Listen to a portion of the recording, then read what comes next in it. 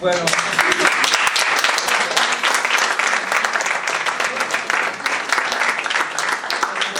después de la vergüenza de la presentación, y nada, yo estoy muy contenta de estar aquí. Para mí está siendo muy fuerte.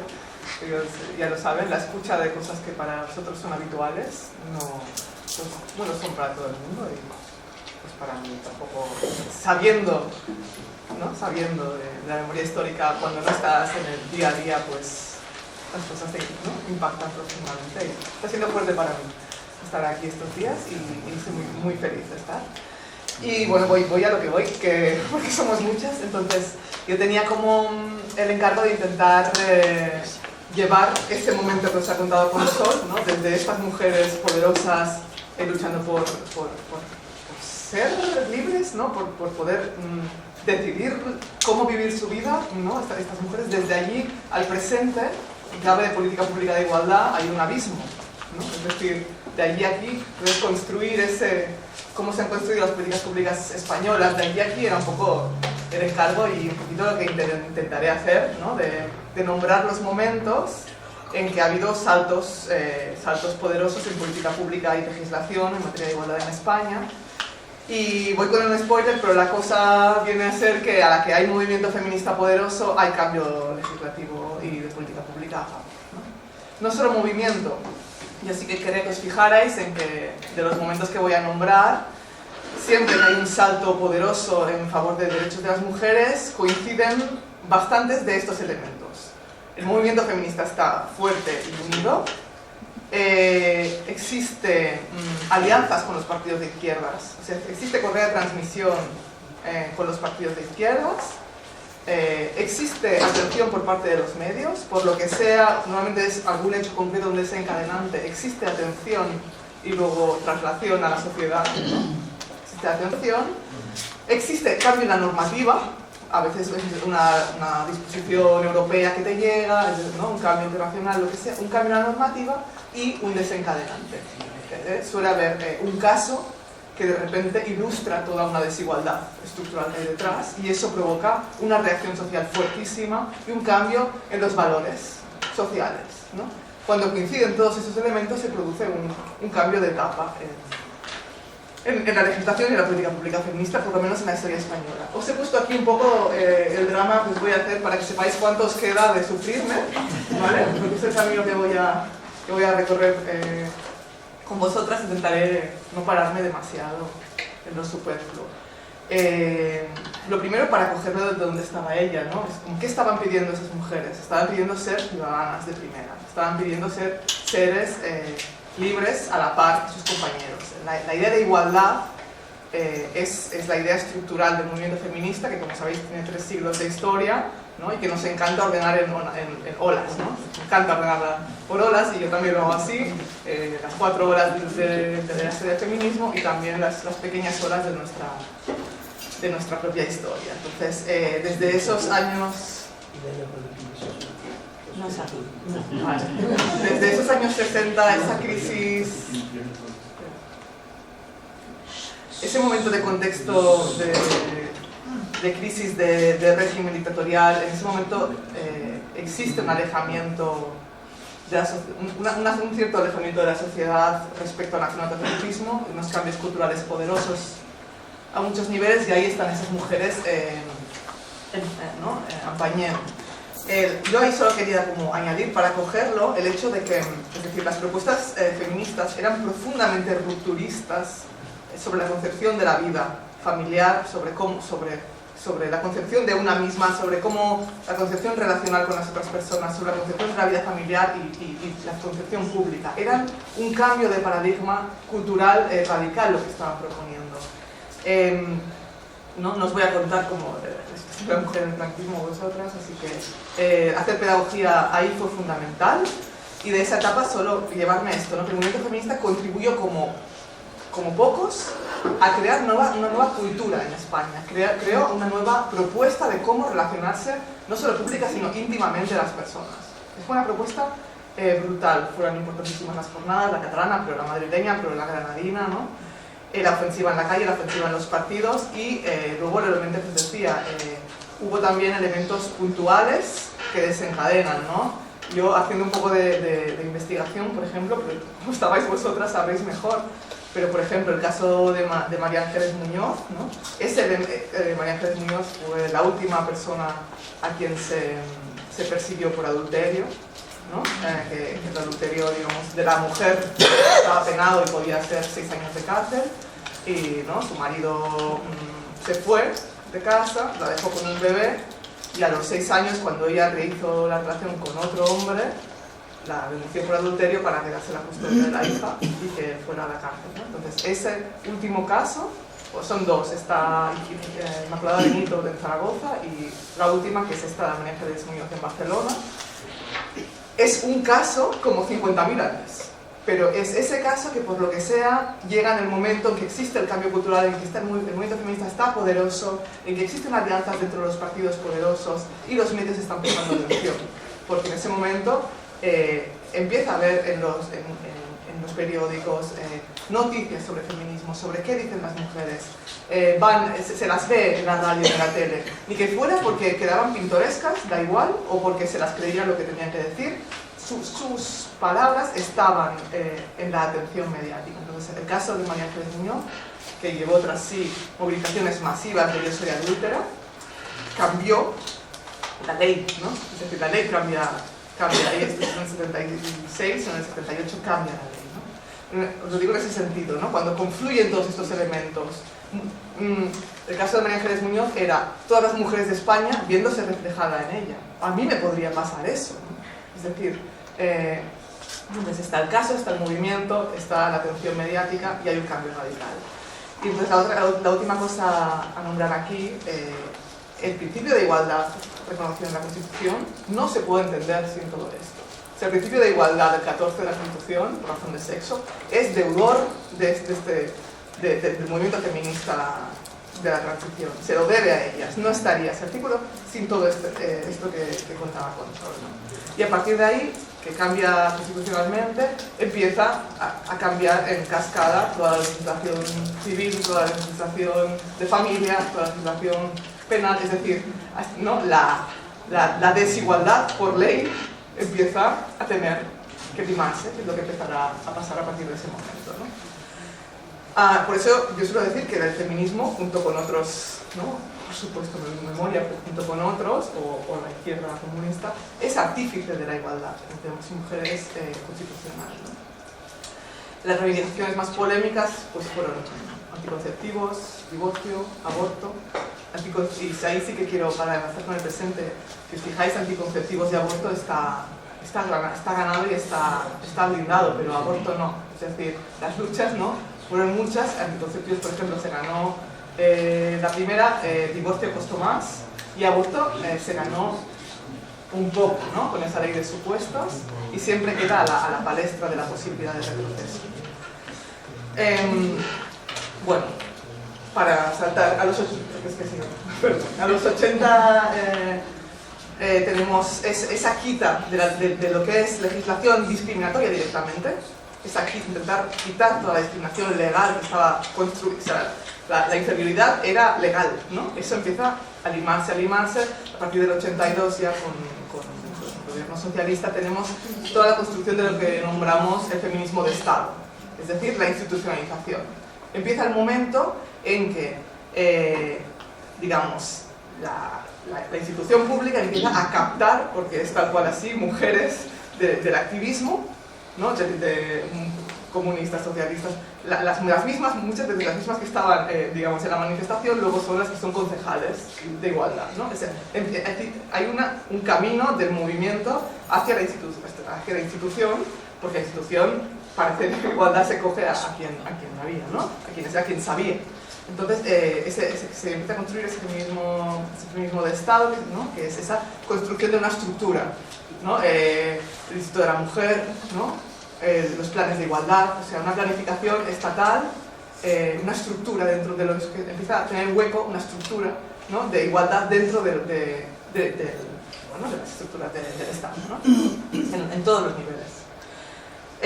Y a finales de los 80 pues tenemos ya pues, las primeras concejalías de las mujeres, sobre todo primero en las ciudades grandes, tenemos la aparición de los primeros programas municipales y planes, que es la institución diciendo qué vamos a hacer respecto a esta desigualdad, ¿no? O sea, la primera planificación pública de qué vamos a hacer para cargarnos la desigualdad estructural entre hombres y mujeres. Entonces, esos 90, ¿no? En los 80, 90, tenemos la construcción de habitaciones propias, es decir, de una concejalía, ¿no? Es decir, tienes un ayuntamiento y de repente, ¡pum!, aparece una concejalía de igualdad. Esas concejalías al principio son, muchas veces, tienen nombre propio. Es la Paquita que el 8 de marzo te hace un no sé qué, es un nombre, es algo como un bullet, ¿no? Como una seta dentro de una estructura que sigue siendo profundamente patriarcal, pero tiene un huequecito, ¿no? Hay una habitación propia ahí que intenta hacer políticas de igualdad y sobre todo políticas contra la violencia, que es lo más urgente, ¿no? Lo más urgente es cuando en un ayuntamiento se te planta una mujer con un niño y una bolsa de basura con esas cosas y te dice, no puedo volver a mi casa. Pues atender la urgencia de la violencia era lo primero y luego las políticas de igualdad. Aquí en los 90 tenemos eso, la creación de estructura, es decir, instrumentos, personal técnico por primera vez, los consejos de mujeres, la participación de las mujeres. Los consejos de mujeres españoles son un rara avis mundial. Yo os quería preguntar sobre Francia, porque sobre Francia no sé mucho, pero otros países que he podido investigar, no es tan habitual el hecho de que en España, por ejemplo, la política pública de los ayuntamientos de igualdad no solo bebió de las que estaban en el movimiento, sino que incorporó el movimiento de alguna forma. Creó a su alrededor consejos de participación que tenían un lugar un lugar como híbrido entre el movimiento y la institución, ¿no? Entonces, esa conexión poderosa. Empiezan los primeros protocolos contra la violencia, es decir, igual el señor policía y los de servicios sociales y los de la escuela deberían hablar, porque ¿no? si llega una niña y te dice que su madre es agredida, ¿qué hacemos? Es decir, los primeros protocolos de coordinación para hacer frente, ¿no? Los primeros observatorios, ¿no? Las primeras investigaciones, los primeros planes de igualdad. Entonces, es la estructura. ¿Todo eso con qué? Con poquita capacidad de incidencia, como una setilla y desde lugares periféricos en el poder. No es la alcaldía, ¿no? Ese lugar periférico siempre en el marco de servicios sociales, ¿no? De la atención, en una lógica muy asistencial, en una lógica de cosas de mujeres, ¿no? Una lógica muy particular, muy de asistencialismo al principio, ¿no? Y con poquitos recursos. Entonces, a partir de este momento empezamos el camino de ganar espacio y ganar posibilidad de ambición y ganar recursos. Y es a finales de los 90 que se produce el otro gran momento, nos situaba la transición. Yo creo que a finales de los 90 para España fue el cambio de siglo. El cambio de siglo fue para España un momento muy importante en políticas de igualdad y concurren también, como siempre, varias cosas, nunca es un solo factor. Está, por ejemplo, el encuentro, está Beijing 95, que no sé si os parece que os hablo raro o sabéis de lo que hablo. Beijing 95 es el gran encuentro, la conferencia mundial de mujeres que se produce en Beijing, que no lo estoy pronunciando bien. Sí, Pekín es igual. Son eso, centenares y centenares de mujeres del mundo político y social, de todo el mundo, que se juntan para ver, para ver cómo hacer efectivas las políticas de igualdad. Vamos a tener planes, recursos, pero la desigualdad permanece. Entonces, ¿cómo la hacemos efectiva, ¿no? Esos grandes encuentros mundiales tuvieron muchísimo impacto. Saliendo ahí una serie de resoluciones y uno de los puntos para mí claves fue el salto de la habitación propia a la transversalidad, ¿no? Bueno, al mainstreaming, es que nos encantan las palabras que no entiende nadie. La transversalidad, ¿no? El salto de la transversalidad de género, que es el salto a decir, no, miren, no puede estar Paquita sola haciendo políticas de igualdad. Estamos intentando hacer un cambio de todo el funcionamiento de la sociedad. Necesitamos que cada uno desde su lugar, ¿no? Lleve gafas violetas para poder ver si lo que está haciendo es reproducir o no machismo. Entonces, el cambio a la transversalidad, el salto, el proceso es el intento de, por ejemplo, en un ayuntamiento, que cada uno desde su concejalía intente ya no cal el lugar experto, pero sí la mirada, ¿no?, de pararte a pensar antes de hacer una política pública si aquello que vas a hacer es discriminar a las mujeres, ¿no?, por ejemplo, o tiene en cuenta su vivencia, ¿no? Por ejemplo, ¿no?, tú eres concejal de urbanismo y resulta que en las calles que construyes no cabe un cochecito, pues hay una experiencia de las mujeres que tú no estás incorporando, ¿no? O por ejemplo, que me encanta este ejemplo, pero el plan de Zapatero, el plan de recuperación económica tras la crisis, que hizo una inversión fuertísima en industria y en reconstrucción de carreteras. Bueno, reconstruyó empleo masculino, o sea, saberlo, ¿no? Es decir, si tú también haces una inversión igual de potente en cuidados o en residencias, igual tienes una recuperación. Es decir, ser consciente que cuando tú haces una política pública siempre tiene un impacto de género, a favor, en contra o neutra o la que sea, pero siempre tiene un impacto. Entonces, prever, es decir, tener la mirada, conocer tu sociedad y la desigualdad que existe para hacer política pública que lime desigualdad y no ahondar en ella, es la transversalidad de género. Entonces, no sé dónde me he ido. Sí. Final, eso, Pekín 95 se será un encuentro y tendrá un impacto brutal en muchos países europeos. En España, por supuesto, seguimos referenciando Pekín 95. Y el otro gran elemento que ocurre en ese momento es la muerte, bueno, el asesinato de Ana Orantes. Eso no sé si necesita aquí mucha explicación, pero bueno, es también lo mismo que os decía con el caso de la transición. Un caso, ¿no?, que porque es mediatizado, porque está a la vista de todo el mundo, te refleja un mundo que estaba oculto, ¿no? Sí, Ana Orantes es una mujer que fue maltratada brutalmente 40 años por su exmarido, ¿no?, que tuvo 11 hijos, que se le murieron 3, maltrataba a los hijos, o sea, un caso de violencia muy extrema, sistemática. Una mujer de Granada, una mujer además con pocos recursos, analfabeta.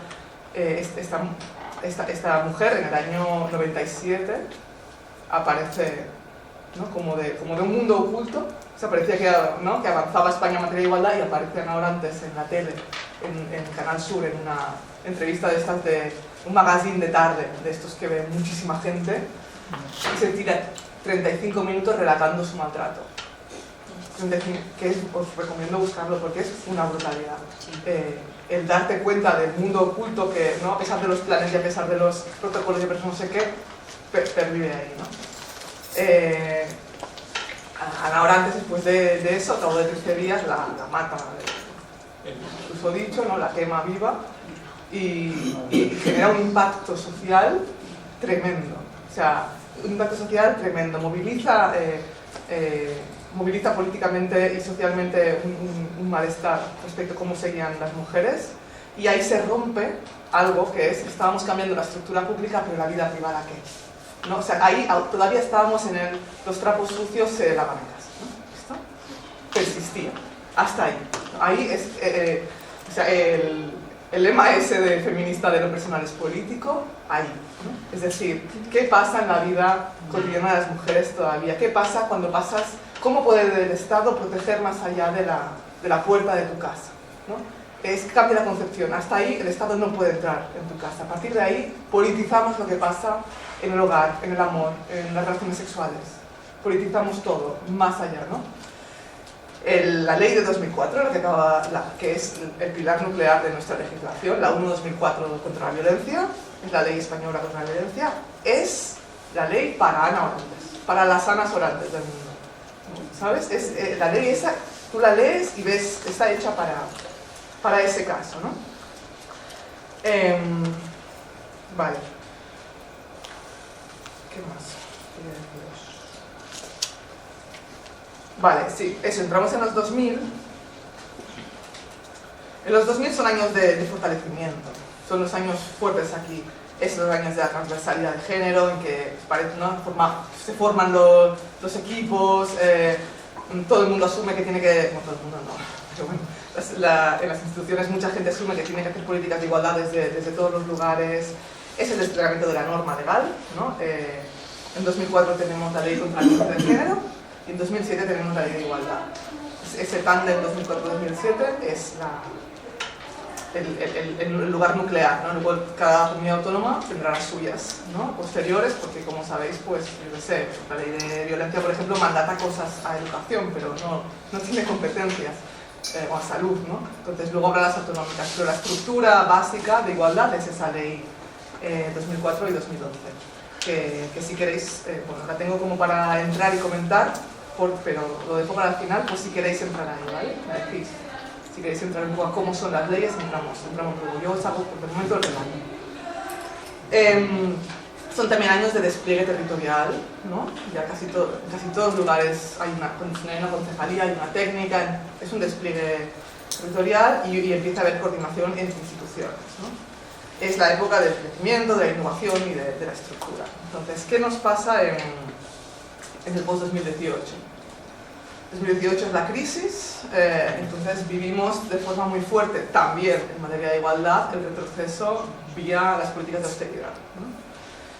Las políticas austeritarias las políticas de igualdad son de las primeras o de las fáciles de desmontar, ¿vale? Son de las primeras porque de alguna forma en ese momento se instala la idea de que en realidad todo esto, la igualdad es un lujo. Que tú te lo puedes permitir en épocas buenas, pero que en épocas malas lo de la igualdad ya puede esperar, ¿no? Entonces, esa idea permea, hay un freno de esta expansión que os contaba, hay un freno,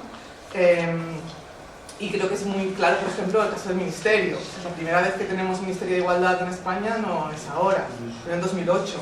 Se crea el Ministerio de Igualdad, es por el mismo gobierno, ¿no? El mismo gobierno socialista, la crea en 2008 y en el 2010 la desmonta. El mensaje es clarísimo, ¿no? Entonces tenemos una reducción de la capacidad de impulso de las políticas de igualdad y volvemos un poco a atender la urgencia. Pues las políticas de violencia, por ejemplo, sí sobreviven más, las políticas de igualdad, de intentar cambiar estructuras, están poco financiadas en este momento, ¿no? Entonces, en esta etapa, digamos, se construye, digamos, socialmente la sensación de, lo nombrábamos que había un espejismo de igualdad. Una sensación de que si ya tienes las normas preciosas, esas leyes maravillosas, estupendas, ¿qué más quieres? Se produce un espejismo de la igualdad. Nos están pasando cosas muy graves en otros campos, ¿no? Económicos y tal. Ya está, ¿no? ¿Qué más queréis? Tenéis las leyes y se produce una etapa como de estancamiento y también como en los valores, como de, bueno, ya estamos con esto, ¿no? Y entonces para intentar llegar hacia el presente, ¿no? Esto es 2018, 2008, 2010 y los posteriores, el 12, el 14. En el post-2016 tenemos un cambio radical otra vez, tenemos otra marea, digamos, ¿no? Como he nombrado ya dos momentos poderosos, este es otro momento poderoso. 2018 es como el núcleo del momento poderoso del feminismo actual, digamos, ¿no?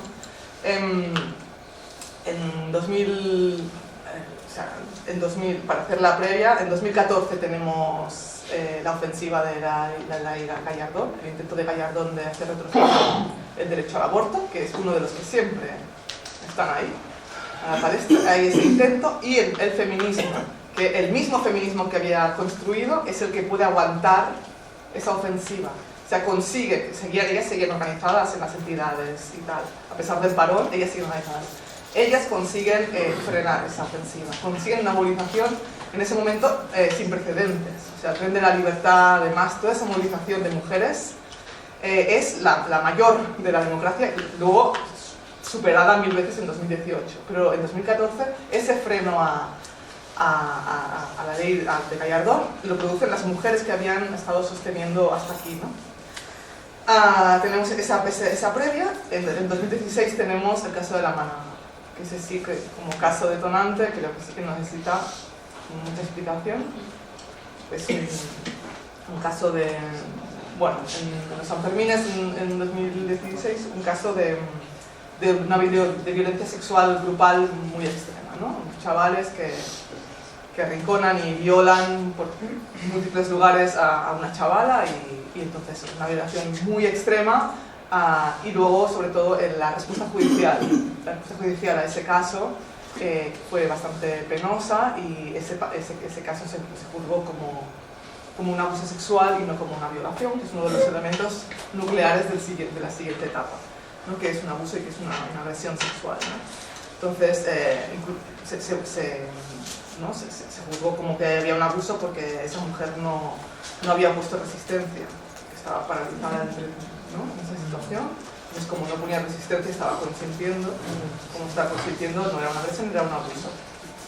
Entonces, sucedió ese caso judicial con además un voto particular de un juez diciendo que él ahí en esos vídeos, porque está grabado, porque ellos se grabaron violándola, que él veía ahí jolgorio de la chica, ¿no? O sea, un caso judicial muy extremo, y eso levantó una indignación brutal entre las feministas, entre las chavalas jóvenes que se politizaron con eso, en el feminismo, y entre la sociedad, mujeres y hombres, más allá de estos círculos, ¿no? O sea, generó una indignación, ese caso, la respuesta pública que estábamos dando a ese caso, ¿no?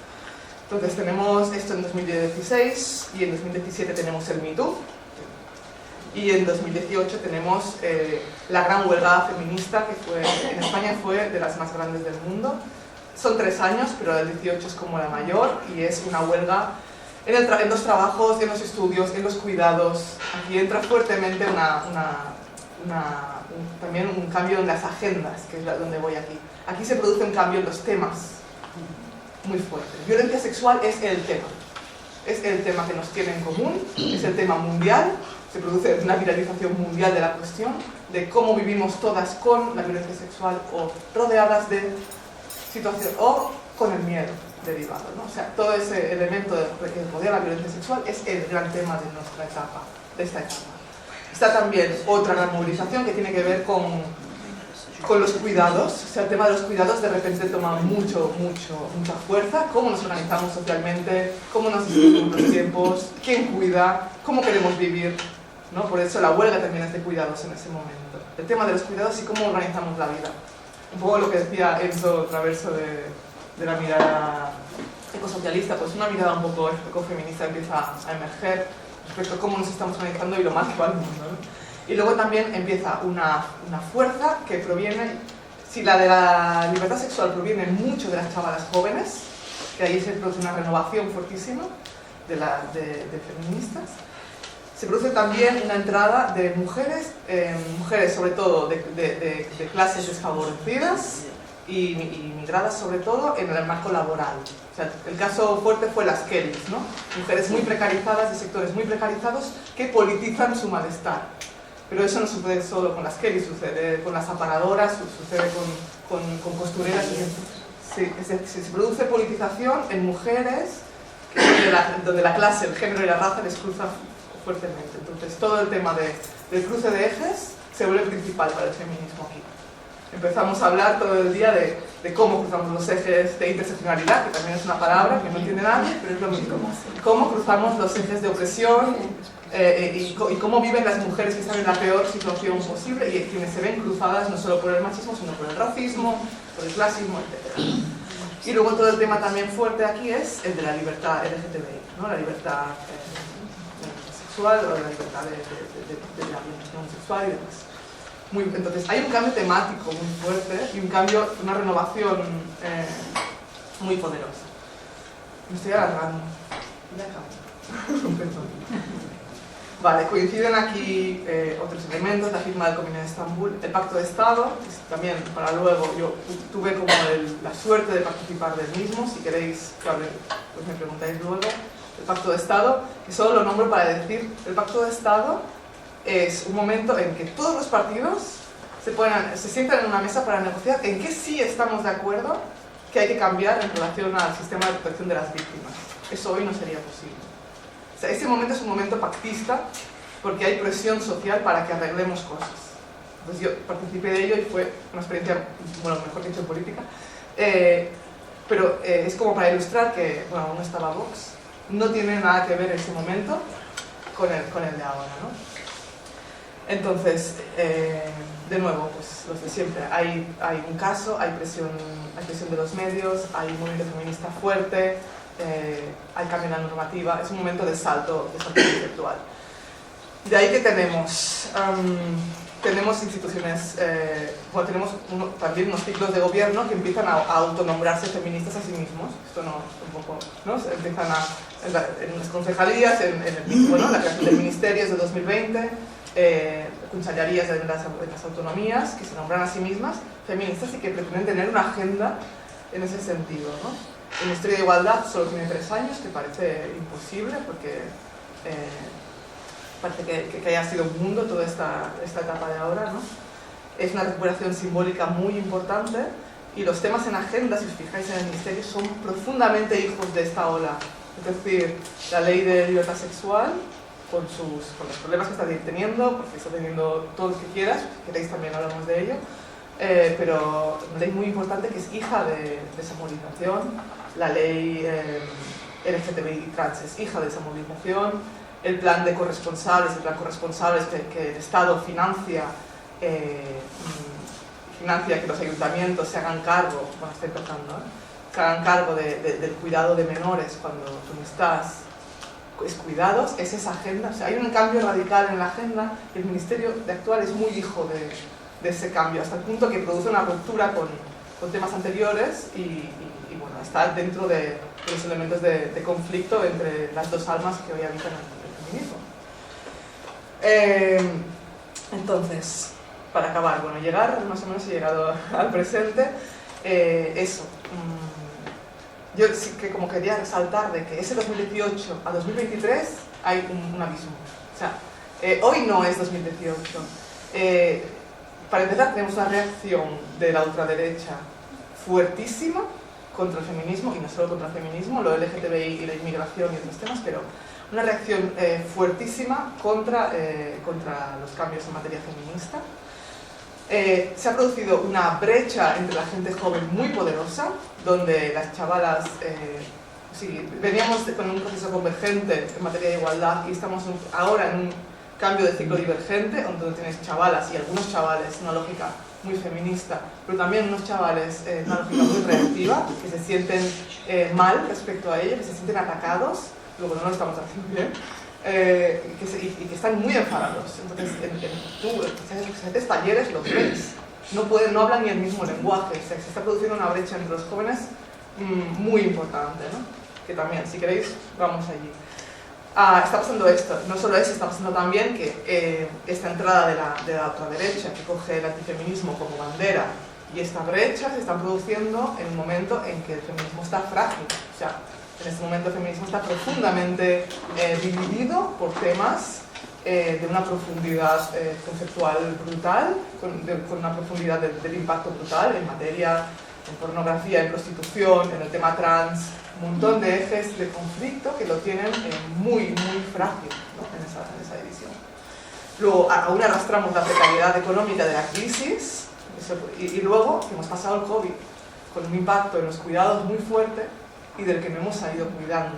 Eso también, como en clave de proyecto de cómo queremos vivir, creo que también ha sido fuerte. Entonces, estamos un poco, yo creo que en un cambio de ciclo, no quiero ser aquí negativa, pero muy, muy complicado. Y luego creo que tenemos el tema poderoso en clave de mundo, ¿no? Del mundo neoliberal, que es que existe una apuesta muy fuerte por entender el cuerpo de las mujeres como mercado. Y ahí tenemos uno de los grandes temas poderosos a futuro, ¿no? El entendimiento del cuerpo de la mujer como un mercado, ¿no? Es decir, de alguna forma el patriarcado se reinventa siempre y tiene un montón de chavalas feministas, pues ¿qué les voy a decir? Pues el feminismo en realidad es cosificarte y vender tu potencial sexual, ¿no? Mostrarte en Instagram y en OnlyFans, ¿no? Es decir, lo que haces ¿no? Coger tu feminismo, darle una vuelta y presentarte un feminismo, un empoderamiento profundamente mercantilizado y cosificado, ¿no? Y sexualizado. Entonces, tenemos eso con las chavalas, tenemos todo el tema del cuerpo como mercado, ¿no? La prostitución, por supuesto, pero vientres de alquiler, pero no solo eso, existe, por ejemplo, cosas como tráfico, o sea, en relación a los cuerpos de las mujeres pobres de ciertos lugares del mundo que son traficadas, pues existe no solo vientres de alquiler o demás, existe hasta tráfico de piel de mujeres pobres que viven en burdeles de la India y que llegan a las clínicas estéticas de Occidente, ¿no? Entonces tenemos todo un tema con el mercadeo del cuerpo de la mujer, que es, yo creo, uno de los temas de futuro a trabajar fuerte en Clave Feminista. Y me voy a callar, perdón.